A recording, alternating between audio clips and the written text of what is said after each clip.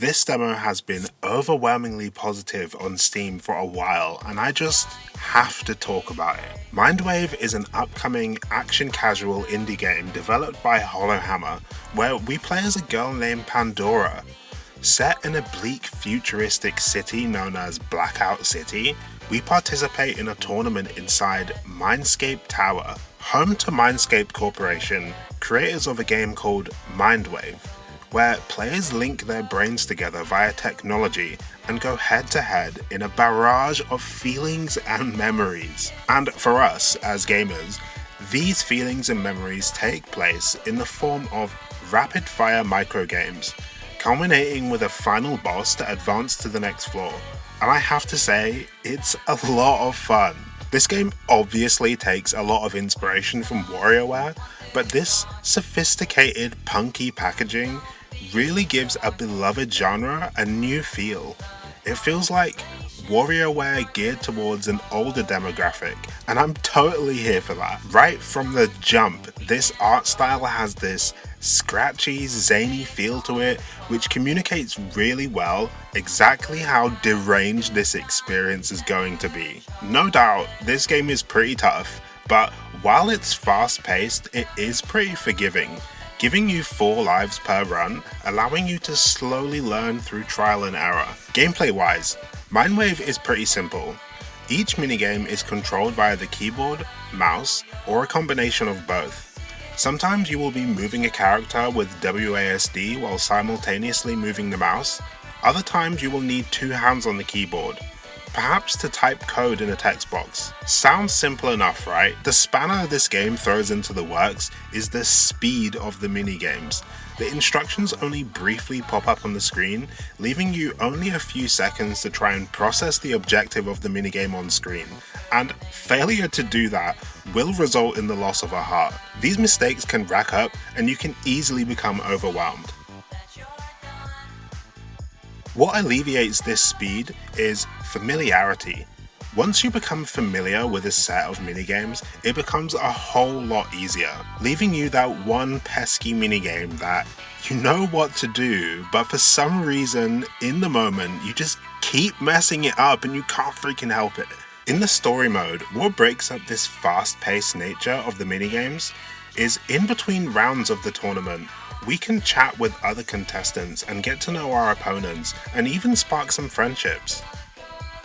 In Endless mode, we can rematch the minds we've encountered in story mode, survive as long as we can, while the speed and difficulty get cranked up with every success, and try to get your score on the leaderboard. So, whereas Wario games are weird because it's, well, Wario, this game comes with a distinct narrative setting that provides a reasonable explanation for the weird and sometimes disorientating gameplay. The way MINDWAVE has pulled off storytelling gives this genre a new lease of life.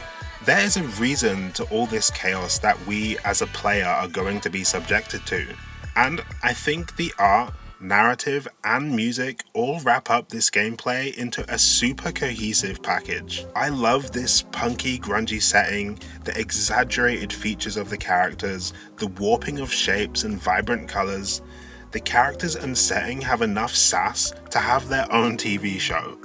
As for the setting, it seems to be in a pretty bleak future, not too distant from our own. Humans in this world have brain chips and are highly integrated with technology, and all that we know so far is that this technology is used to connect 2 minds together to play a game called MINDWAVE. The main character, Pandora, is 16 years old and has a ticket to enter a MINDWAVE competition, where thousands of competitors have shown up to claim the cash prize. The operation seems to be run by a corporation that is exploiting the people in some way or another. It heavily implies that the people seem to be pretty desperate and down on their luck and willing to take on the risks involved with this game in order to get the cash prize and have the chances at a better life. And honestly, I'm really looking forward to seeing where this narrative goes because it feels relatable to the struggles of today. Corporations developing technologies that benefit themselves more than the masses that they serve, the unquestioned integration with technology that the characters in this story suffer from, as if they never knew a life without it, it all feels just a little bit too familiar. As bleak as it is, it's packaged in a way that makes me want to see more and more of this distorted world that they live in. I would describe the narrative as it has a darker side, but it's still light-hearted enough to be family friendly. These are some of my favourite character designs I've seen in years, and this cast deserves a Netflix series based on aura alone. Look at my boy Smalls, just dripping with swag. The actual art here is fantastic. It's just so good, and the game leans towards this hand-drawn pixel art style, which is fitting for the expression of the individual characters. I really feel like this hand-drawn style just amps the characters' personalities to a different level. They're all distinct, and an opportunity to jump into their minds only serves to elaborate on their personalities more. Whereas this game is about jumping into the minds of other characters, I feel like the main character is actually compelling too. Pandora is a character who doesn't seem to wear her heart on her sleeve. She seems to want to portray herself as aloof and uncaring, but actually she seems to have quite a lot of emotional intelligence herself, even if she doesn't quite show it on first impressions. And this really helps to shed light on the other characters. Pandora's interactions kind of amplify the other characters' personalities. It seems that the more Pandora recoils, the more the other characters kind of express themselves in order to get through to her. And I found that to be a really interesting touch to the story as well. If you've not played MINDWAVE before, be sure to check it out on Steam. Honestly, for a demo, this is one of the best value experiences you can have.